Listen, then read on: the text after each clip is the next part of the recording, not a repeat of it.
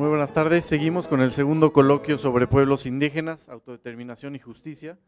Tengo el gusto de presentar la siguiente conferencia magistral que será impartida por el antropólogo Abel Barrera Hernández, con el tema La lucha de los pueblos indígenas por la seguridad y justicia, una experiencia desde la montaña de Guerrero, para lo cual cedo el uso de la voz a la licenciada Rosalena Monserrat Razo, quien será la moderadora en este panel. Muchas gracias. Muy buenas tardes a todos y a todas. Bienvenidos a esta conferencia magistral en el marco del segundo día de trabajos en este coloquio sobre pueblos indígenas, autodeterminación y justicia. Sin duda, el espacio abierto por los magistrados y las magistradas y el magistrado de esta sala regional ha sido la ocasión de muy interesantes intervenciones enriquecidas siempre por los invitados a este evento. Ahora toca el turno de escuchar al antropólogo Abel Barrera Hernández, que nos hablará del tema sobre la lucha de los pueblos indígenas por la seguridad y la justicia. Esto desde su experiencia en la montaña de Guerrero. Me permitiré leer una breve reseña sobre el trabajo de nuestro ponente. El antropólogo Abel Barrera Hernández es egresado de la Escuela Nacional de Antropología e Historia y actualmente es director del Centro de Derechos Humanos de la Montaña Tlachinoyán, en México. Pues no podría estar menos que honrada de compartir esta mesa con usted y sin más preámbulo le cedo la palabra. Muchas gracias. Muchas gracias. Buenas tardes a todos y a todas. Con el permiso de las autoridades de los pueblos originarios, con los sabios y sabias que se encuentran en esta sala, quiero primero también agradecer al maestro Juan Carlos Silva Adaya, magistrado presidente de la Sala Regional Toluca, y igualmente pues a esta sala por tener esta apertura, y sobre todo decir que es grato que instituciones como el Tribunal Electoral de la Federación tenga esta visión de poder hacer realidad este pluralismo jurídico, y ante todo de que sean las voces de los pueblos, las voces sobre todo del México profundo, quienes empiecen a nutrir de contenido toda esta necesidad del discurso jurídico, político que hace falta en nuestro país. Por eso agradezco esta invitación y ante todo felicitar a este tribunal que tenga esta apertura para poder escuchar estas voces que muchas veces son silenciadas. Quiero presentar una experiencia que tenemos. Yo pertenezco a un centro de derechos humanos de la montaña, allá en el estado de Guerrero. Trabajamos con pueblos originarios como los Tunzavi, los Mepá y los Nahuas. Allá hay 4 pueblos, también los Ñomdá, que están en la Costa Chica. En esta región, pues es un lugar, ustedes saben, Guerrero, muy convulsionado, y bueno, ahí hay pueblos originarios que están haciendo historia y que están haciendo sobre todo innovaciones en luchas importantes que tienen que ver con el acceso a la justicia. Quiero primero reiterar que los pueblos originarios de México siempre han estado a la vanguardia de las luchas. En varias etapas de nuestra historia han sido los principales actores del cambio contra un Estado racista y monoétnico. En momentos de crisis, siempre los pueblos están en las principales trincheras para enfrentar las embestidas del gobierno. Los pueblos no se arredran, resisten, se organizan y avanzan a contracorriente. En esta grave situación de violencia e inseguridad que vivimos en nuestro país, los pueblos indígenas han hecho frente a las fuerzas del Estado que lamentablemente se han coludido con el crimen organizado. Los pueblos no se han replegado ni se han mantenido al margen. Desde sus propios espacios y territorios enfrentan estos grandes desafíos. Están en el corazón de las luchas. Ante la crisis de seguridad y el colapsamiento del sistema de justicia estatal en Guerrero, ha emergido un movimiento muy importante conocido popularmente como policía comunitaria. La lucha de los pueblos está a la vanguardia a pesar de las políticas excluyentes y de las normas discriminatorias. Han peleado palmo a palmo en los tribunales, en la Suprema Corte de Justicia, en la Corte Interamericana de Derechos Humanos. En fin, han estado en los espacios públicos donde su voz ha logrado estremecer a esta institucionalidad que no los reconoce por la vía de los hechos. Los pueblos han empujado cambios constitucionales y también han irrumpido en la escena nacional con movimientos inéditos como esta experiencia que quiero explicar sobre la lucha de estos pueblos originarios de cómo garantizar un acceso efectivo a la justicia. Como ya decían en la mesa anterior, esta es una lucha por los derechos de los pueblos indígenas. Es una lucha por hacer efectivo el pluralismo jurídico y por lo tanto es una lucha de un México que queremos donde los pueblos indígenas también estén en primera fila y en primer lugar como en esta sala. Bueno, quiero dar inicio a esta exposición. Regularmente no me gusta estar sentado.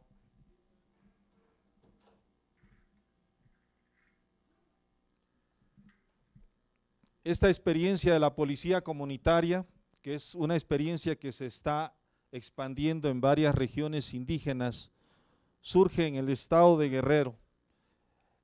Este estado de Guerrero tiene 7 regiones: la zona norte, la Tierra Caliente, la Costa Grande, la zona centro, la Costa Chica y la montaña de Guerrero.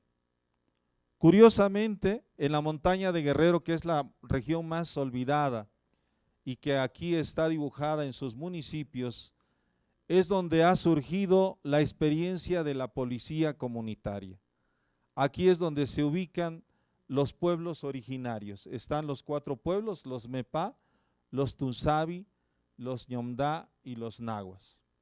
En estos municipios, en esta parte oriental del estado colindando con Oaxaca, es donde hace años se dieron varios conflictos.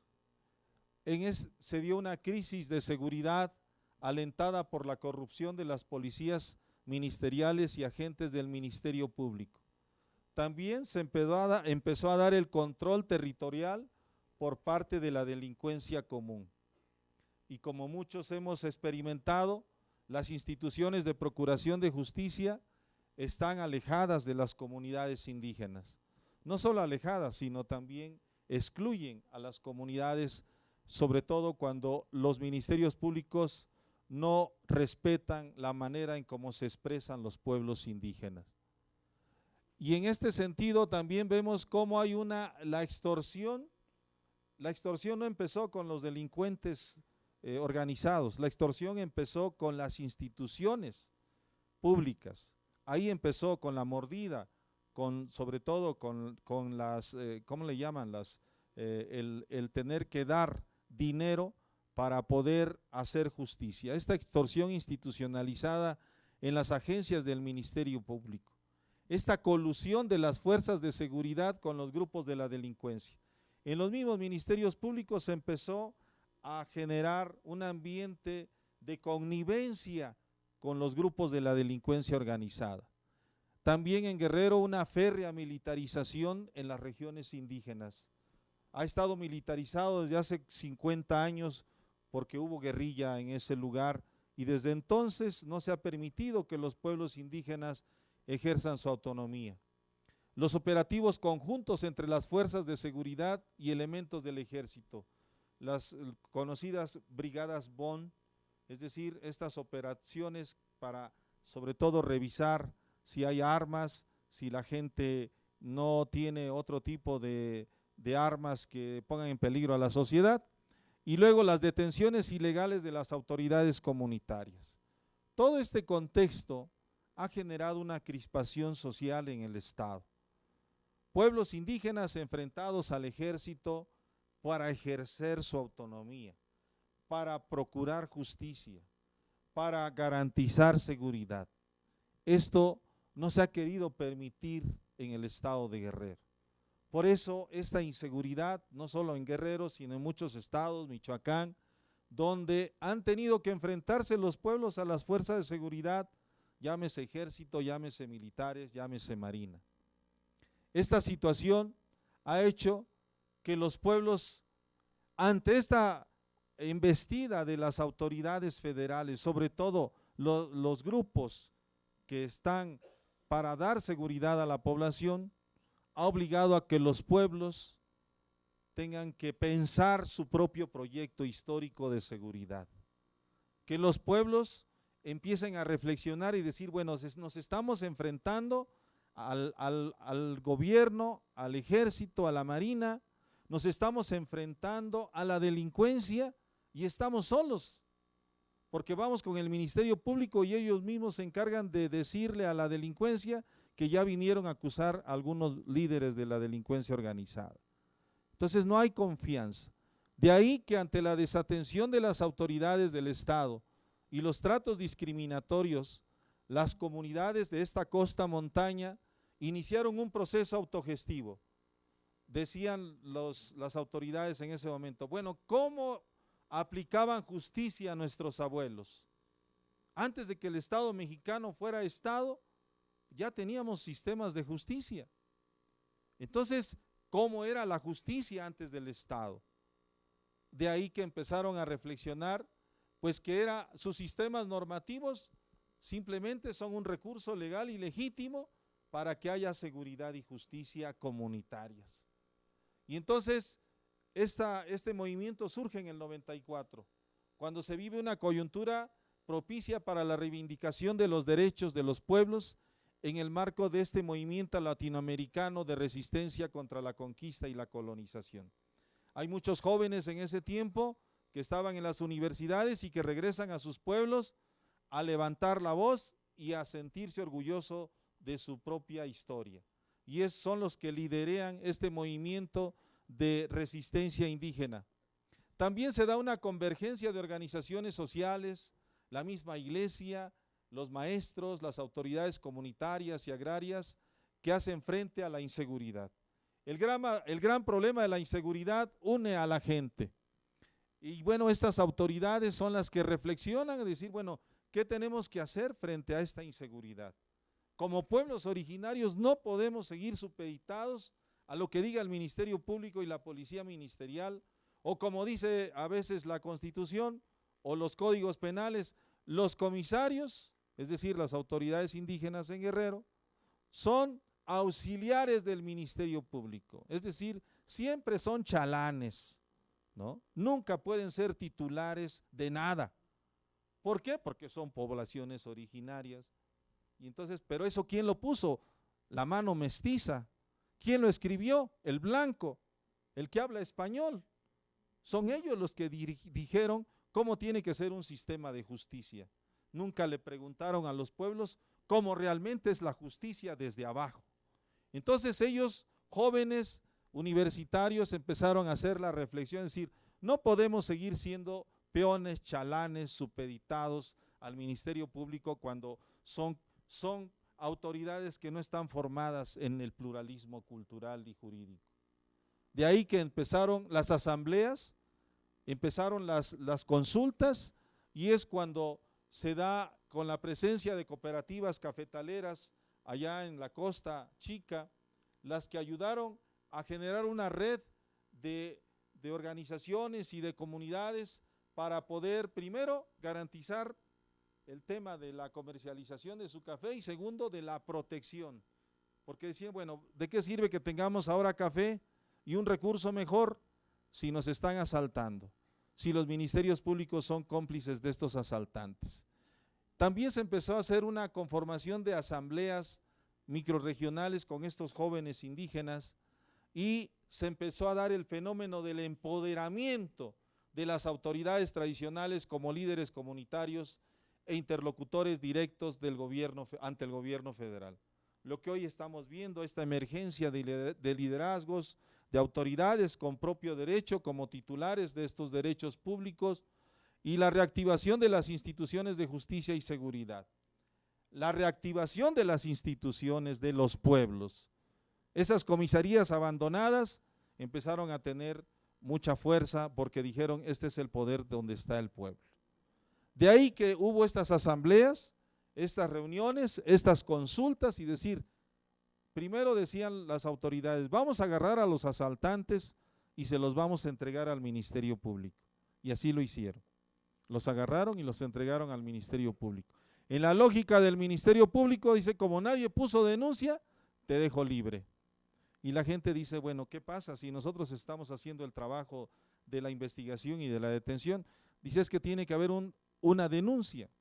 Pero más que la denuncia, atrás había obviamente dinero para que liberaran a los asaltantes. La gente dijo, entonces no podemos confiar en estos mestizos que dizque cuidan la seguridad e investigan delitos a los pueblos originarios. Vamos a hacer nuestro propio sistema. Y esa fue la decisión que los principales, los jóvenes, las mujeres, en las asambleas decidieron crear lo que se llama CRAC-PC, Coordinadora Regional de Autoridades Comunitarias, Policía Comunitaria. Entonces, el 15 de octubre de 1995, en una asamblea donde hubo 20 comunidades de los Mepá Nasabi, de la costa montaña, en la comunidad de Santa Cruz, El Rincón, municipio de Malinaltepec, se creó lo que hoy se llama Policía Comunitaria. Y esto fue el principal acuerdo para que se creara la Coordinadora Regional de Autoridades Comunitarias. Es decir, las autoridades que se iban a encargar de procurar justicia. Y ahí fue donde se erige un nuevo sistema de justicia, no nuevo, pero sí un sistema alternativo de justicia propio de los pueblos indígenas. Es en esta asamblea donde la gente dice, vamos creando nuestro propio sistema de justicia y seguridad. No le vamos a pedir permiso al gobierno. Irle a pedir permiso, va a decir que no te va a permitir, porque ellos dicen que tienen el monopolio de la fuerza, tienen el monopolio de la ley, y que eso es por naturaleza que el Estado tenga ese monopolio. Entonces, ¿para qué vamos a discutir con gente que no entiende que estamos en una sociedad plural y que esos derechos se ejercen de manera plural? Entonces, bueno, hacen el juramento las autoridades, dicen vamos a ser autoridades y vamos a defender a nuestro pueblo, y obviamente ubican en las comandancias y en las comisarías el lugar donde van a impartir justicia.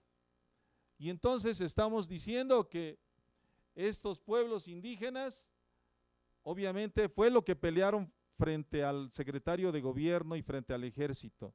Le dijeron ellos, nosotros como pueblos tenemos un sistema de gobierno regido en el ámbito político por el comisario municipal. Allá le llaman comisario municipal a la autoridad comunitaria. En el ámbito agrario, por el comisariado de bienes comunales y con el consejo de vigilancia. Y en el campo religioso, por lo que llaman allá los mayordomos, los fiscales, los sabios y las sabias. Y también por el banco de principales, es decir, por el banco de los consejeros que se erigen como este consejo del pueblo que ayuda a dirimir conflictos y que son garantes de la tradición. La asamblea es el máximo órgano de la toma de decisiones. Entonces vemos cómo hay toda una estructura entre los pueblos que simplemente está aplastada, sometida. ¿Por quiénes? Por las presidencias municipales, por los síndicos, los regidores y obviamente por el gobierno del Estado. Como si no existiera esta estructura y como si esa no fuera la base de esta pirámide del poder. Esta estructura del poder comunitario fue la base que le dio consistencia y legitimidad al sistema de justicia y seguridad comunitaria de la costa montaña. Es decir, no tenemos por qué pedir permiso de que si vamos a ejercer nuestros derechos y sobre todo a ejercer justicia. Y en esta asamblea dijeron, vamos a actuar como autoridades máximas, supremas de nuestros pueblos. Y obviamente, como ustedes pues todos manejan, el convenio 169 fue parte de esta recuperación del discurso de los derechos de los pueblos, la misma declaración de la ONU de los pueblos indígenas, la misma constitución política, y en Guerrero con esta lucha se logró que haya una ley que se le conoce la Ley 701 de reconocimiento de derechos y cultura de los pueblos y comunidades indígenas del estado de Guerrero. Obviamente esta ley fue producto primero de una lucha histórica de los pueblos, donde ellos se erigieron como autoridades que procuran y que administran justicia y que reeducan a los detenidos. Entonces, fue curioso, primero fue no la norma, primero fue la acción, el hecho, el movimiento, la irrupción de los pueblos, y después el Estado no le quedó de otra que generar una ley para que reconozca esta lucha. Antes no se pudo. ¿Por qué? Porque las autoridades se negaban a reconocer a los pueblos originarios como entes que pueden procurar y administrar justicia. Bueno, entonces se arman de valor los pueblos y crean su propia policía comunitaria, ¿no? Y obviamente armados, ¿no? Armados. Nada de que decir, bueno, ¿por qué el Estado va a estar armado y por qué los pueblos no van a estar armados? ¿No? ¿Cuál es la diferencia? Obviamente regidos, controlados, tampoco es para que hagan desmanes, regidos por la asamblea comunitaria, regidos por sus principales. Estos que están elegidos, el pueblo los nombró. Saben quiénes son esos los que están marchando y los que están usando armas. Tampoco es cualquier delincuente, como pasa con las policías ministeriales o cualquier miembro del ejército. Estos tienen el filtro de la comunidad. Si le van a permitir que porte arma en su pueblo, es porque saben que es alguien que es responsable y que no va a andar borracho tirando balazos. La ley 701, ¿en qué consiste? El estado de Guerrero, dice, al artículo 37, reconoce la existencia del sistema de justicia indígena de la costa montaña. Y al consejo, ahí le puso consejo, pero es la coordinadora regional de autoridades, para todos los efectos legales a que haya lugar. Las leyes correspondientes fijarán las características de la vinculación del Consejo con el Poder Judicial del Estado y de su participación en el sistema estatal de seguridad pública, respetando la integralidad y las modalidades de las funciones que en cuanto a seguridad pública, procuración, impartición y administración de justicia se ejercen en el Consejo. Esto, que está en unos parrafitos, costó sangre, porque varios murieron. No piensen que fue algo romántico, ¿no? Varios compañeros de los pueblos originarios murieron, algunos están en las cárceles todavía, ¿no? Otros obviamente tuvieron amenazas y se fueron. Esto es producto de una lucha, no fue una concesión graciosa de las autoridades, fue hecha torciéndoles el brazo porque los pueblos demostraron eficacia en su proyecto. Entonces, vieron que sí era efectivo y por eso los reconocieron, porque entonces no se podían ir en contra de las autoridades, decir, ¿cuál es tu policía que cuida a la ciudadanía? ¿Dónde está tu policía que da seguridad? ¿Dónde? Dime dónde, si donde quiera hay colusión con el crimen organizado. Y entonces, siguiendo la ley, dice, conforme a lo previsto en la ley 281 de seguridad pública, esta ley confirma el reconocimiento de la policía comunitaria, respetando su carácter de cuerpo de seguridad pública auxiliar del Consejo Regional de Autoridades Comunitarias. Consecuentemente, los órganos del poder público y los particulares respetarán sus actuaciones en el ejercicio de sus funciones como actos de autoridad. Por eso, cuando hay compañeros también, pues entre los pueblos originarios, no reconocen a la policía comunitaria, se amparan y dicen, pues porque me están deteniendo ilegalmente. Y a veces pues acuden a la federación. Los mismos autoridades del Poder Judicial mandan, obviamente, requieren a las autoridades comunitarias que informen cuál es la situación legal de los detenidos. Es decir, que ya las mismas autoridades, el Poder Judicial, reconoce a las autoridades comunitarias como titulares del ejercicio que están haciendo de procurar y administrar justicia. El Consejo Regional de Autoridades Comunitarias y la Policía formarán parte del Sistema Estatal de Seguridad Pública. La autoridad competente podrá remitir a la custodia del Consejo de Autoridades a los indígenas sentenciados por delitos del fuero común para que cumplan su condena y se rehabiliten socialmente conforme a las normas que para tal efecto ha establecido el Consejo y que tutela el Código Penal del Estado.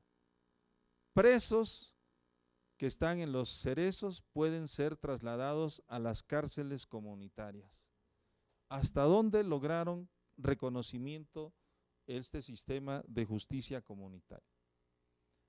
Y bueno, es un movimiento grande, estamos hablando ya de más de 1000 policías, como 1700 policías en más de 28 municipios, obviamente están distribuidos en varias regiones y es un sistema que sí garantiza seguridad. Es interesante que cuando sabes que está la policía comunitaria en tu pueblo, cuando hay fiesta, sabes que vas a estar seguro. ¿Por qué? Porque ahí está la policía comunitaria. Y entonces eso le da confianza a la gente. En cambio, si sabes que está el ejército o la policía ministerial, sabes que va a haber balazos, ¿no? Y probablemente muertos. Cuando hay jaripeos, ustedes saben, ¿no? En algunos lugares dicen la fiesta se puso buena porque hubo 2 muertos, ¿no? Así a veces decimos en nuestras comunidades, lamentablemente, ¿no? Ya nos acostumbramos a la muerte, a la violencia, a la inseguridad, ¿no? Y que eso es parte de la fiesta de los pueblos y no es así, tiene que ser de otro modo, pero eso nos acostumbraron estas autoridades. En cambio, con las autoridades comunitarias, es seguro que el que anda con arma va a ser desarmado, ¿no?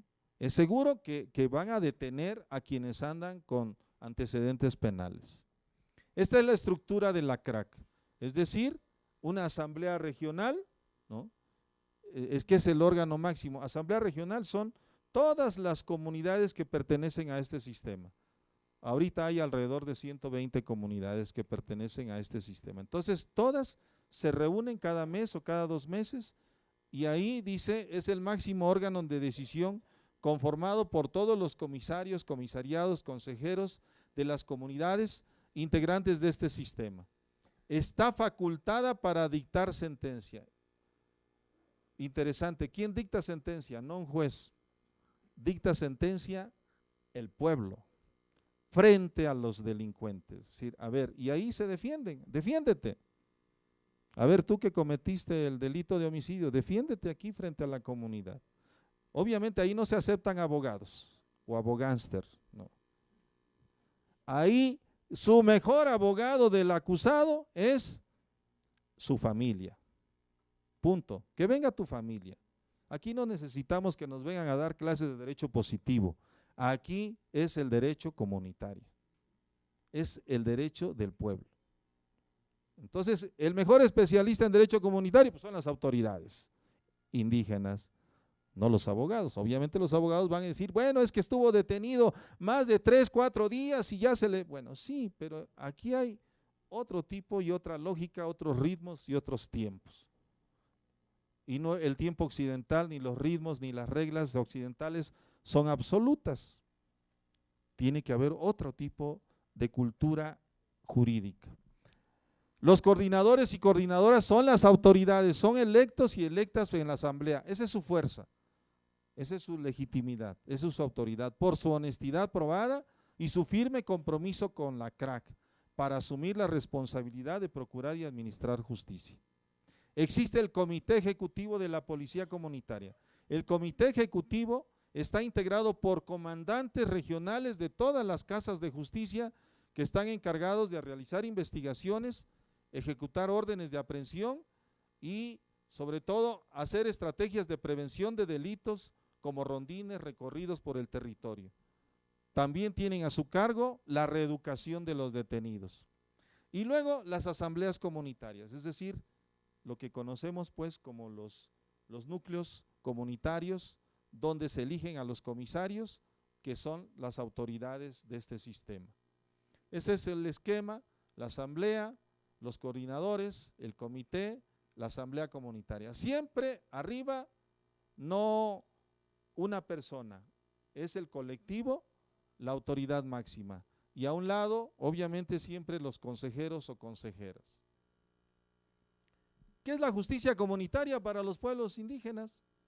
Es un recurso muy sencillo para todos, no para los abogados ni para los que saben de leyes, para todos y todas, hombres, mujeres, ancianos, ancianas. Sencillo, eminentemente oral.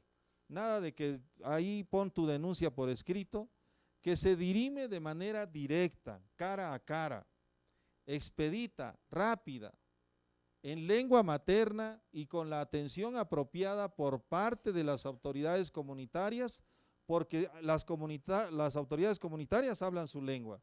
No va a haber una autoridad comunitaria que no hable su lengua materna, porque ¿cómo va a dar justicia si no habla la lengua de los que están en esas comunidades?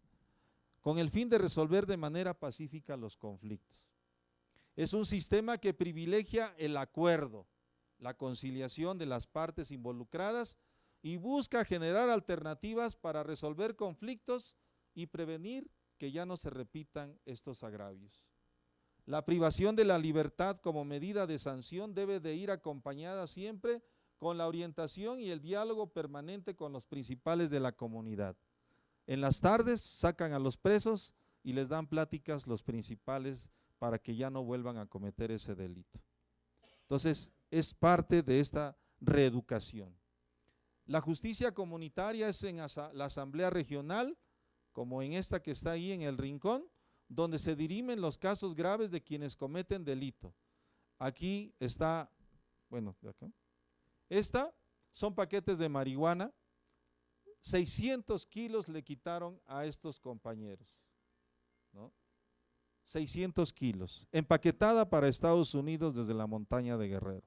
La región más pobre será muy pobre y muy marginada, pero paquetes de primera. La tecnología avanzada en la cuestión de la droga, ¿no? Entonces hicieron un retén la policía comunitaria y en esa camioneta que iban estos compañeros, bueno, resulta que pues sí, llevaban esta droga.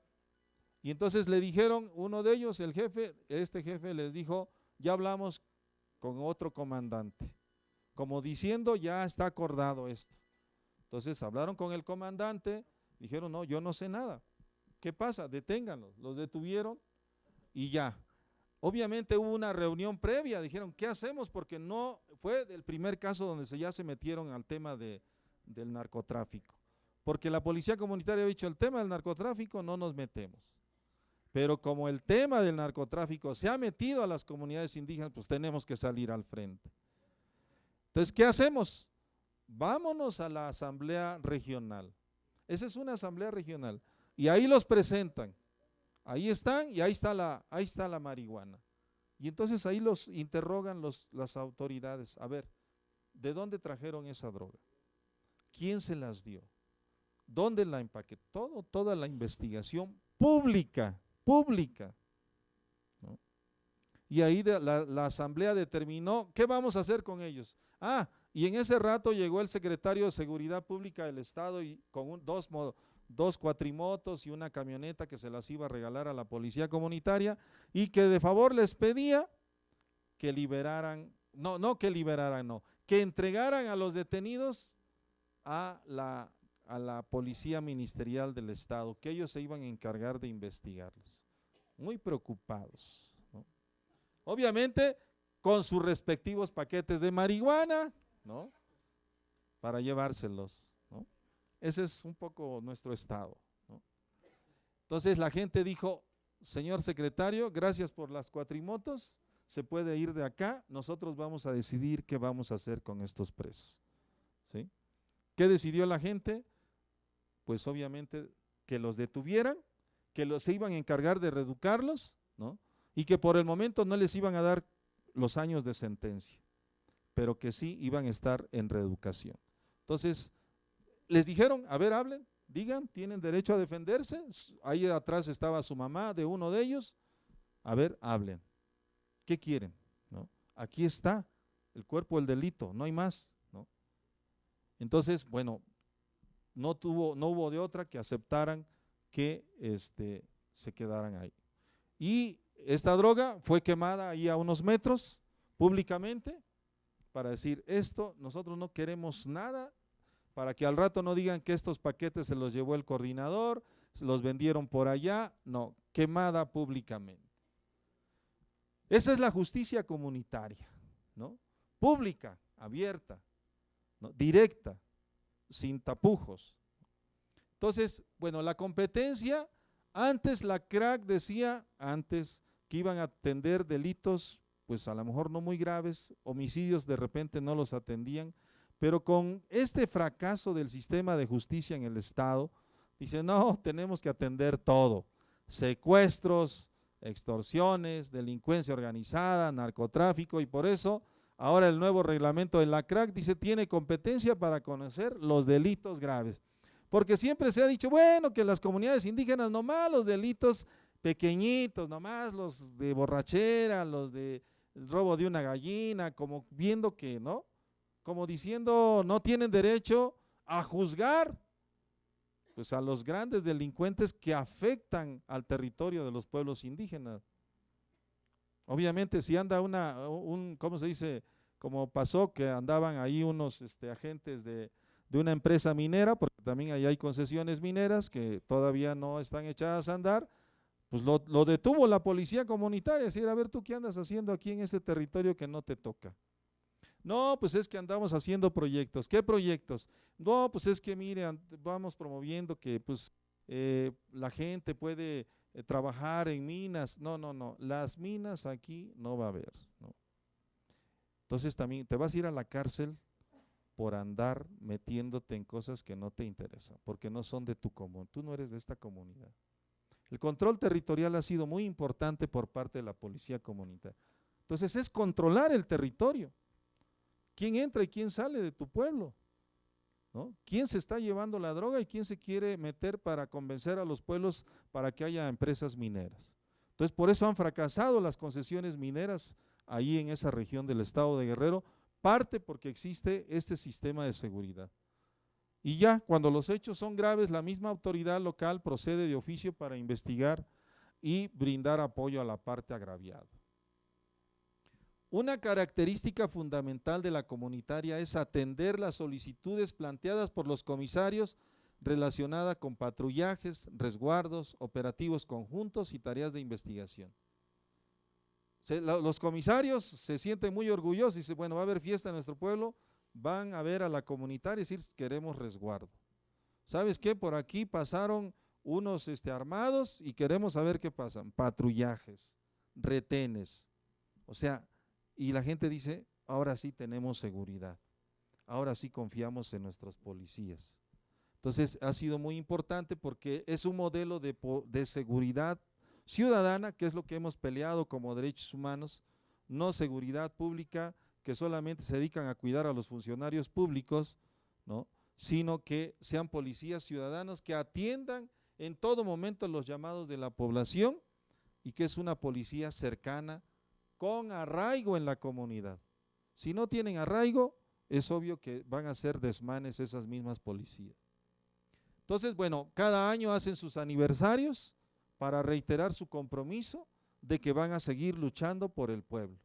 Es la asamblea los que los ratifica o también se han dado casos. Hay policías que han sido destituidos, hay autoridades comunitarias que también han sido destituidas porque se les ha cuestionado su actuar. Entonces, no es que sea intocable, no, ellos saben que la asamblea está sobre las autoridades. Entonces, bueno, estas policías, sus armas no son de grueso calibre, son armas obviamente reglamentarias, pero que la gente misma compra las armas, ¿no? Porque dice, tenemos que buscar una manera de protegernos contra la delincuencia y contra los mismos que están dentro del gobierno. Y estas son las casas de justicia. En El Paraíso, municipio de Ayutla, es la región de la Costa Chica, perdón. Colombia de Guadalupe, que es, bueno, ya se le puso ahí Colombia, pero es en la región de la montaña alta.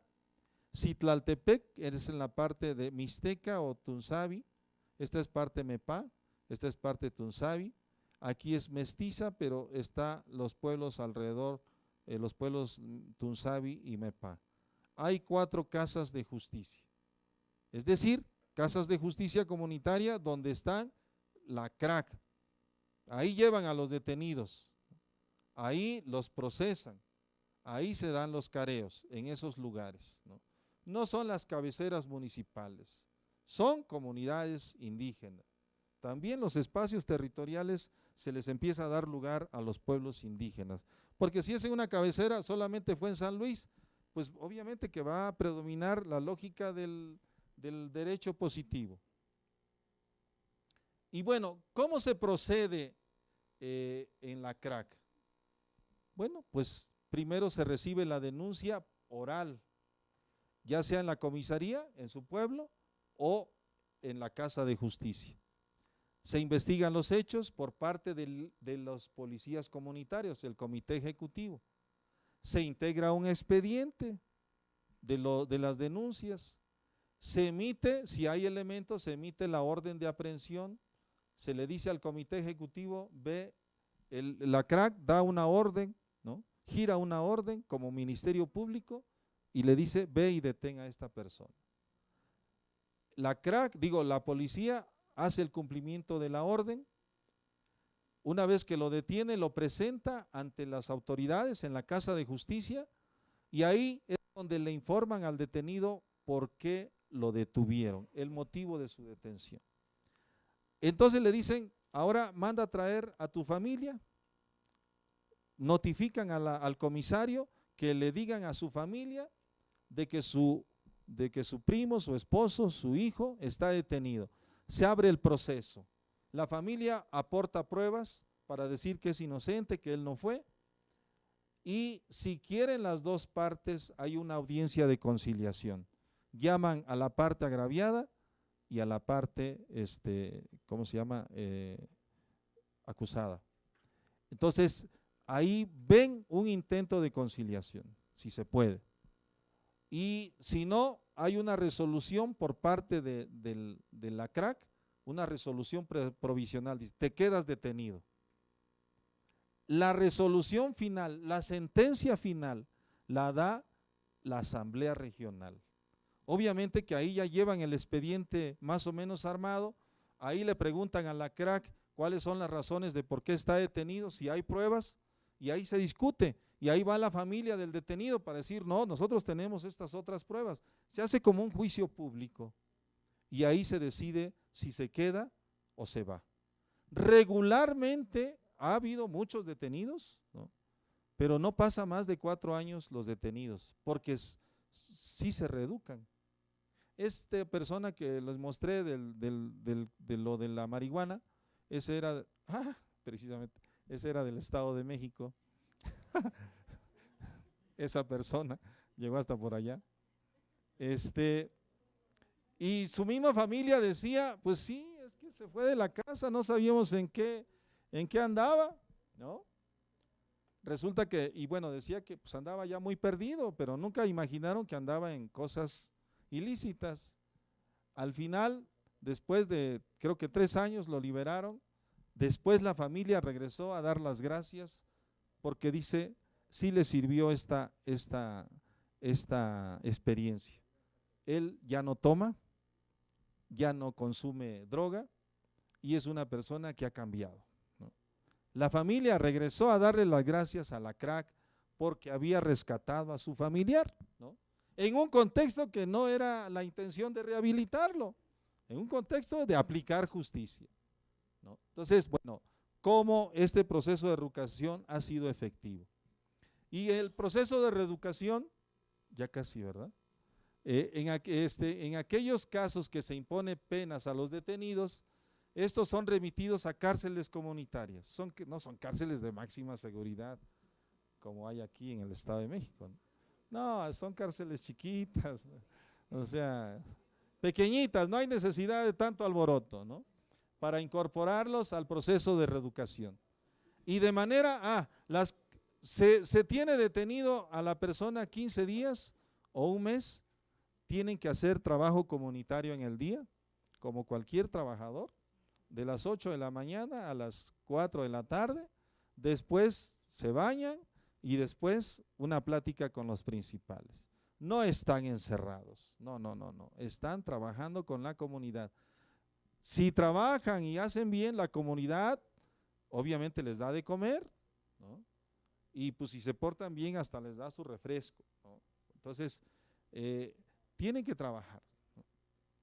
Y 15 días o un mes están ahí y después los mandan a otro lado, Es lo que llaman la vergüenza pública. Hay que conocer a los malos, ¿no? Para que les dé vergüenza y para saber quiénes son los que andan de flojos delinquiendo, ¿no? La base de la reeducación es el trabajo comunitario y los consejos de los principales. Cada comunidad se hace cargo de la alimentación. Bueno, hay un ejemplo de un compañero que está precisamente, ahí están las autoridades, ahí está presentado frente a la comunidad, ahí están los policías y están determinando qué van a hacer con él, ¿no? Ahí ya se lo llevan, ¿no? Para reeducación, ¿no?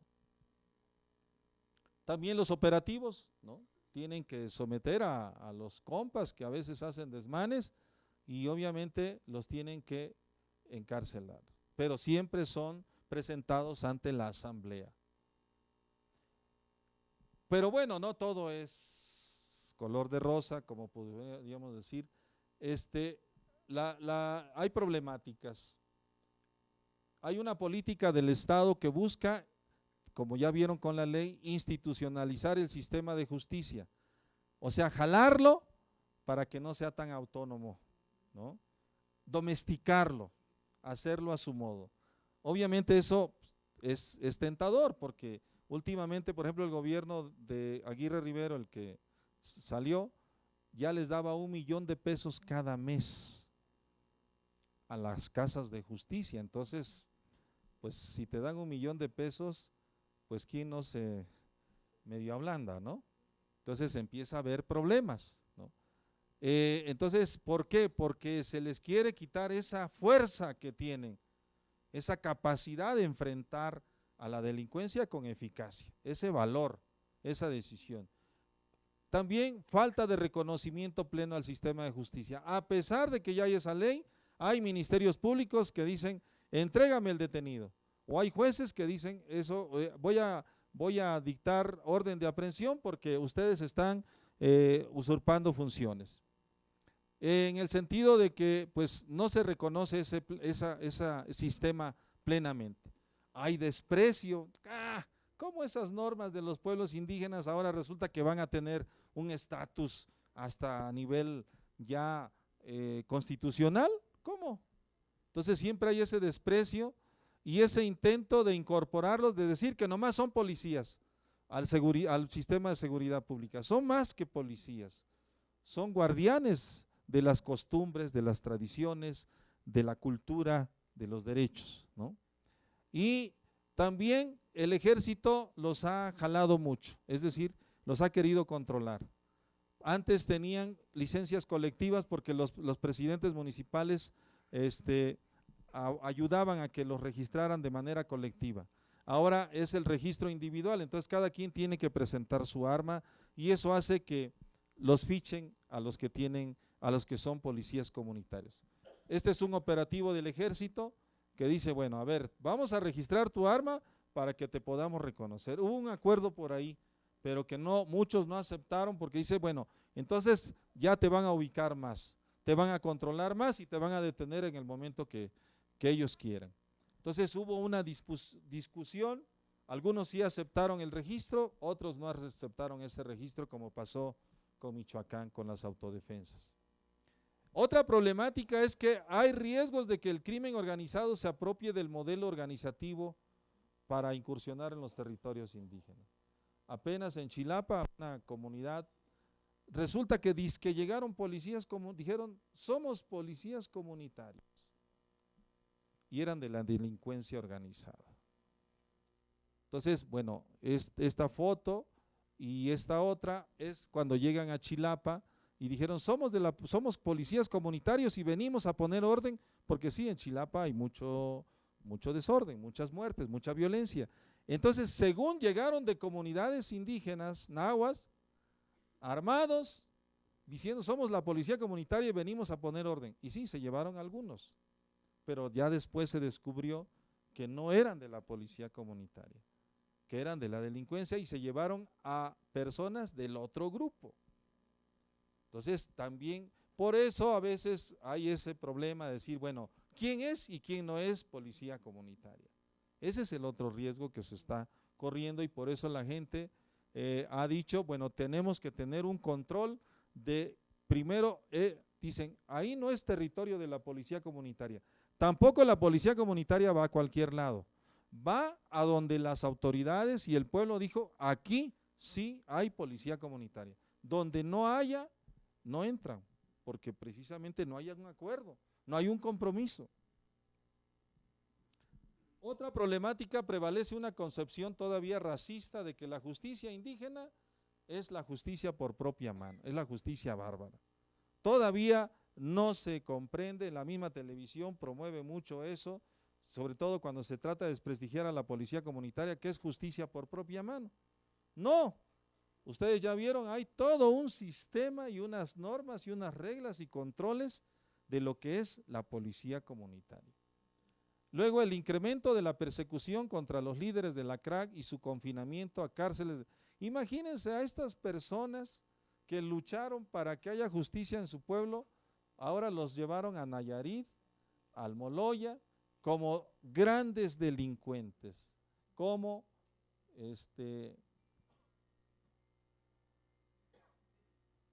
la compañera Nestora Salgado, que algunos de ustedes saben. Ella se asumió como representante de la policía comunitaria en una comunidad náhuatl de Olinalá. Arturo Campos, lo trajeron al Almoloya, y Gonzalo Molina lo trajeron al Almoloya, y a ella la llevaron a Nayarit, por ser policías comunitarios, por ser representantes, obviamente porque Nestora detuvo al síndico municipal de Olinalá porque lo encontraron robándose unos animales, unas vacas, ¿no? Obviamente que no permitieron que hicieran eso. ¿Cómo la policía comunitaria va a hacer eso? Y Arturo Campos, por el hecho de que se movilizaron con las comunidades para exigir la libertad de Nestora, por eso se lo llevaron. Igualmente Gonzalo Molina. Entonces, bueno, ahora resulta que son los grandes delincuentes por defender y por participar y ser, pues, líderes de la policía comunitaria. Entonces, ella es Nestora, Gonzalo y Arturo. El gran desafío que tenemos es superar las divisiones. También la policía está dividida, por esto del dinero que les hablaba, se dividieron, ¿no? Mantener su autonomía, como ser policías del pueblo, no policías del Estado, no dejarse supeditar por las posturas de los líderes. Hay líderes que negocia el gobierno con ellos, y esos líderes como que entonces se desvían del proyecto histórico. Y recuperar los espacios de las asambleas. La asamblea es la máxima autoridad, y ahí es donde se rinden cuentas, ¿no? Que es la máxima instancia donde se traza el rumbo de la CRAC a partir de su proyecto histórico. Bueno, aquí ya es una negociación que tienen, por ejemplo, estos líderes con autoridades del Estado, y ahí es donde se empiezan a dividir. Y bueno, el gobernador Aguirre, que es cuando va y entrega 1 millón de pesos y dice, yo les voy a dar 1 millón de pesos. Obviamente que eso hizo trizas al interior de la policía comunitaria, porque nunca imaginaron, 1 millón de pesos y 5 millones para que construyeran su casa de justicia, ¿no? Entonces, pues, dijeron, estamos en la gloria, pero ese es el gran riesgo de este proyecto exitoso que hay en las comunidades indígenas. Entonces, bueno, esta es el territorio indígena, todo, ¿no? Aquí es la región de Oaxaca, todo esto, y esta es la parte donde acciona la policía comunitaria. Entonces, cerca de Acapulco, cerca de Chilpancingo, y bueno, de acá, de la parte norte, cerca de, ¿cómo se llama? Huitzuco, a la región de Iguala. Hasta ahí es donde están estos. Bueno, ese es el logo de la policía comunitaria. El respeto a nuestros derechos es justicia, ¿no? Y pues con esto termino. Disculpen, creo que me pasé del tiempo que me habían dejado. Muchas gracias.